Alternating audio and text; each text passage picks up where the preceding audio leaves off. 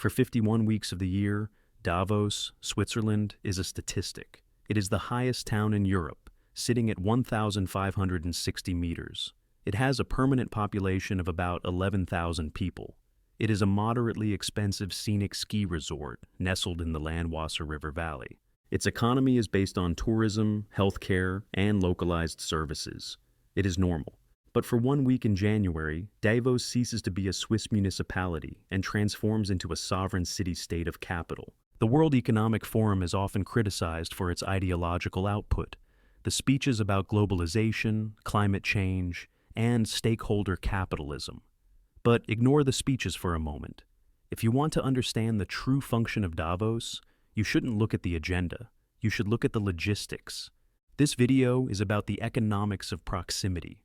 It's about what happens when you force the world's 3,000 most powerful people into a geographical bottleneck, and the localized hyperinflation that creates.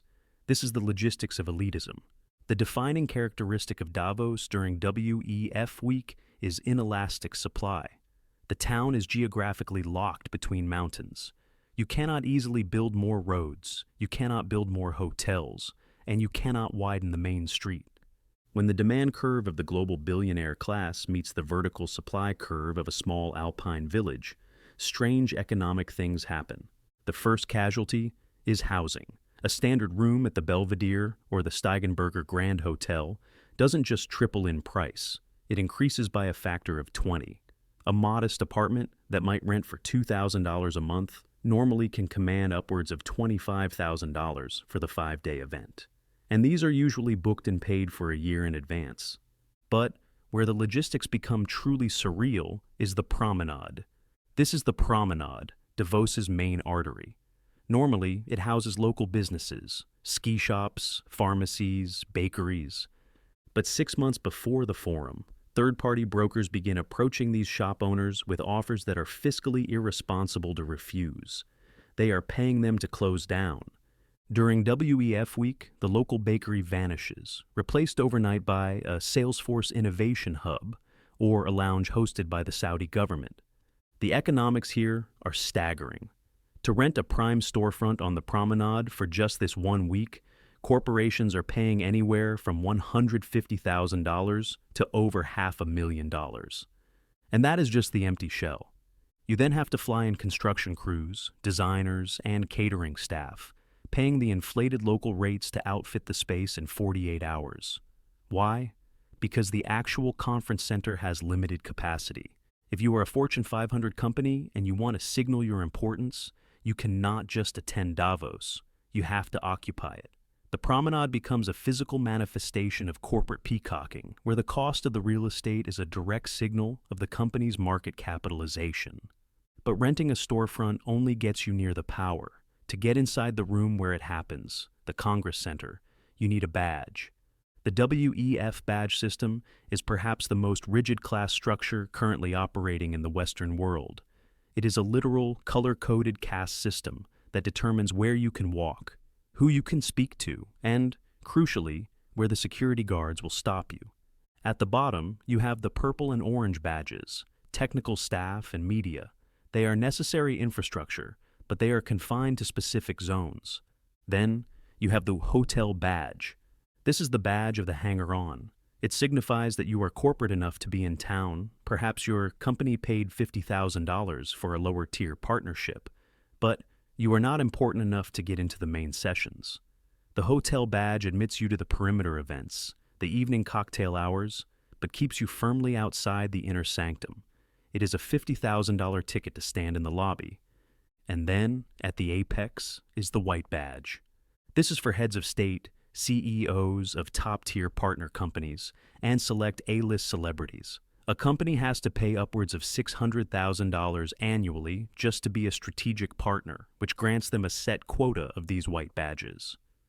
The economic value of the white badge is theoretically infinite. It is the only object that allows unfettered movement through the highest concentrations of capital on Earth. The logistics of Davos are designed entirely around protecting the time and the physical space of the white badge holders from everyone else. To protect that concentration of capital, the Swiss government deploys a security apparatus that costs roughly $45 million for the week. Around 5,000 Swiss soldiers are mobilized. The airspace over Davos is closed, enforced by patrolling fighter jets. The village becomes a fortress. And this creates the final logistical nightmare: transportation. Getting 3,000 of the world's busiest people from Zurich International Airport up a narrow 2-lane mountain road that is often covered in snow is impossible using standard means. If you are a mid-tier executive, you take the train. It's efficient, reliable, and takes about 3 hours. If you are a white badge CEO, your time is billed at thousands of dollars an hour. You do not take the train. You take a helicopter.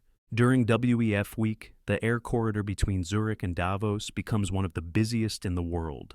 We are talking about an estimated 1,500 private helicopter movements in 5 days.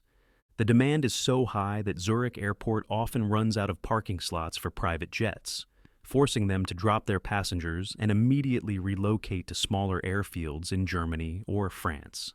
The sky over the valley literally experiences helicopter traffic jams. It costs roughly $10,000 for that 40-minute ride. This leads to the ultimate irony of Davos.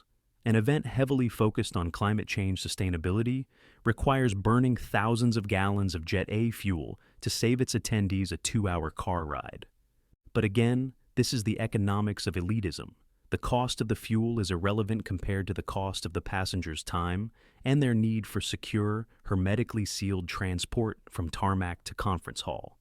When you look at the logistics of the World Economic Forum, the $500,000 storefronts, the caste system of the badges, the militarized security zone, and the helicopter airlifts, it becomes clear what is actually being bought and sold here. They aren't selling solutions to global poverty. They are selling proximity. Davos is a marketplace where the only currency accepted is supreme relevance. The logistical hurdles and the astronomical costs aren't bugs in the system. They are the features. They are the barriers to entry that ensure that only the people who can afford to ignore the normal laws of economics get to be in the room.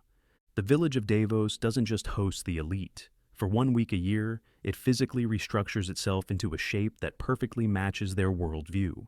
A heavily guarded peak, accessible only by those willing to pay any price to be above the clouds.